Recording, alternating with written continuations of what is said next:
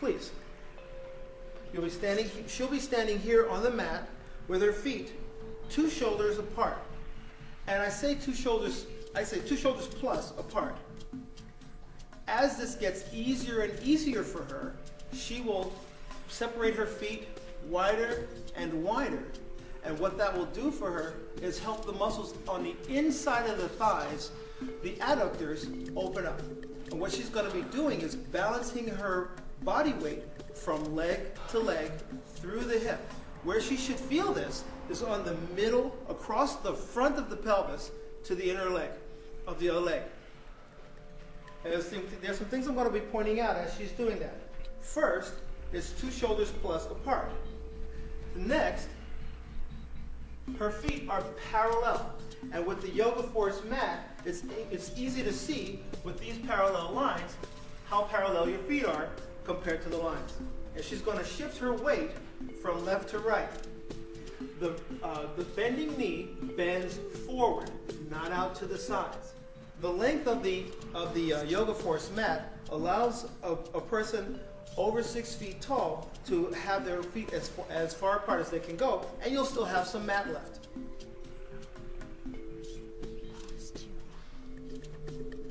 As this gets easier and easier for you, you'll find that you need to do fewer and fewer of these particular repetitions before you can come right out of it. And watch how she comes out of it.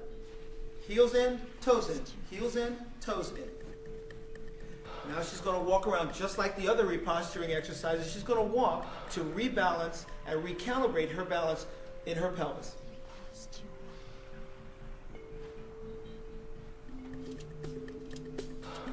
And if you're watching carefully, you can see that her stride has gotten easier, faster, with less effort than even before. Let's go to the next exercise. Next exercise in reposturing to have the best balance for your feet is foot circles. She's going to be doing some foot circles, and she'll be just raising one foot. And if she needs to, for people with more stability, you can hold on to a piece of furniture or your car or the wall. But when you do this, it's good to have both arms out to balance yourself while you make circles with your foot. And you want to make those circles as wide and as round as possible. In the beginning, you might find that the foot circles are sort of choppy and square. But with practice, you too will be able to make big round circles, which will help your ankle stability be able to manage itself easily, without effort, and without clicks. She's going to change feet to the other side.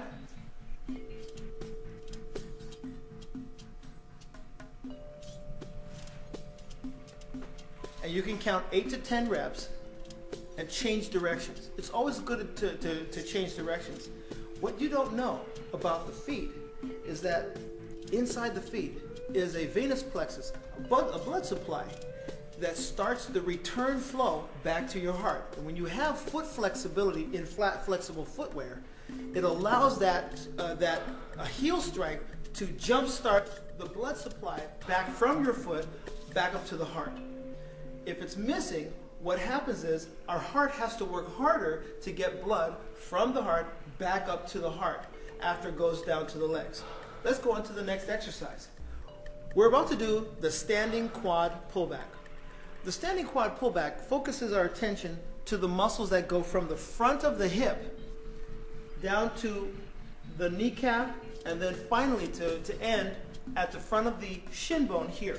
90% or more of the cases of people with chronic low back pain, they have tightness here in the front of the thighs. And when you have that tightness in the front of the thighs, it prevents your pelvis from going to its level position. Which is why it's so important that if you're going to go for a run, that you stretch these muscles as much as possible. We're doing the easy exercise that you can do in the comfort of your own home, or if you're out on the track, or you're about to get out of your car and go for a run. This is the one you want to make sure you don't leave out, so that it gives you the greatest freedom of movement and balance for your hips to your low back. Let's continue. She's going to stand on one leg, and she can hold on to a piece of furniture or the top of the car or a pole or a wall to keep her stability if she needs to. what she's going to be doing next is holding her leg above the ankle. Not on the ankle, not on the foot, but above the ankle. What that does is help isolate one joint moving. With the knee pointing down, her body upright, she's going to tip her pubic bone forward. And what that's going to do is elongate that muscle I was just talking about that goes from below the kneecap all the way up across here and attaches to the hip bone. When it opens, it will allow her pelvis to be level when she's upright. After 5 breaths, change size. Again, using her hand for balance, or she can hold on to something if she needs a little more stability. She's tipping her pubic bone forward, holding her leg up, but she's elongating that hip muscle by tipping the pubic bone even more every time she breathes. With every breath, the pelvis opens up and pulls that muscle even more. After 5 breaths, she lets her arms come down, and now she can walk to let the balance recalibrate itself. The more flexible your muscles are in the front of your thighs, the more your stride length will be able to extend to have as much length and much conservation of vertical motion as possible. Without spinal movement, what happens in the shock absorbing process of transferring your weight from foot to foot is that the spine, it gets extra pressure and friction, and if it can actually cause low back pain because it doesn't have the flexibility it needs. So what you need to do is make your spine as flexible as possible. Side reaches, the reposturing side reaches, are the exercise for you that begins to give you the flexibility in your spine that you need. The way that you do side reaches is by having your feet 2 shoulders plus apart, and you can see how easy it is to measure it by the lines on the Yoga Force mat. What she's going to do is start out with her feet 2 shoulders plus apart, feet parallel. She's going to bend her knees now, and she's going to lean to the side and reach, palm facing up to the side. And without stopping, she's going to lean directly to the other side, palm facing up. So this is really a 2-movement thing. She leans and then reaches.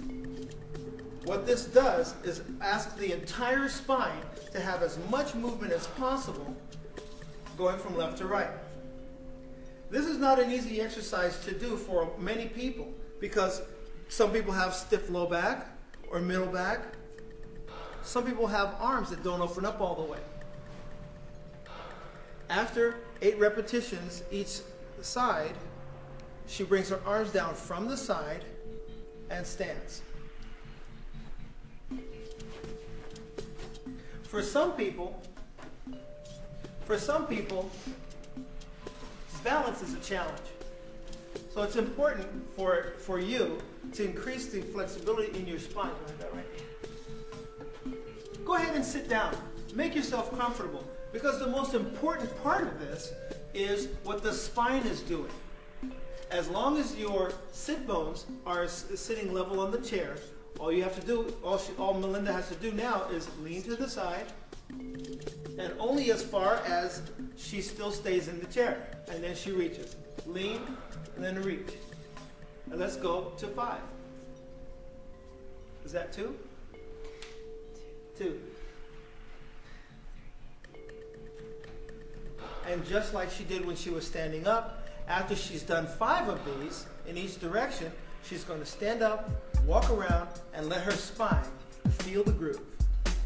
And if you can see her spine moving, shifting her weight on its own axis, left to right, front to back, and now you've got your feet, your pelvis, and your spine are ready to run. So take off, have a great run, and remember to reposturize before you run.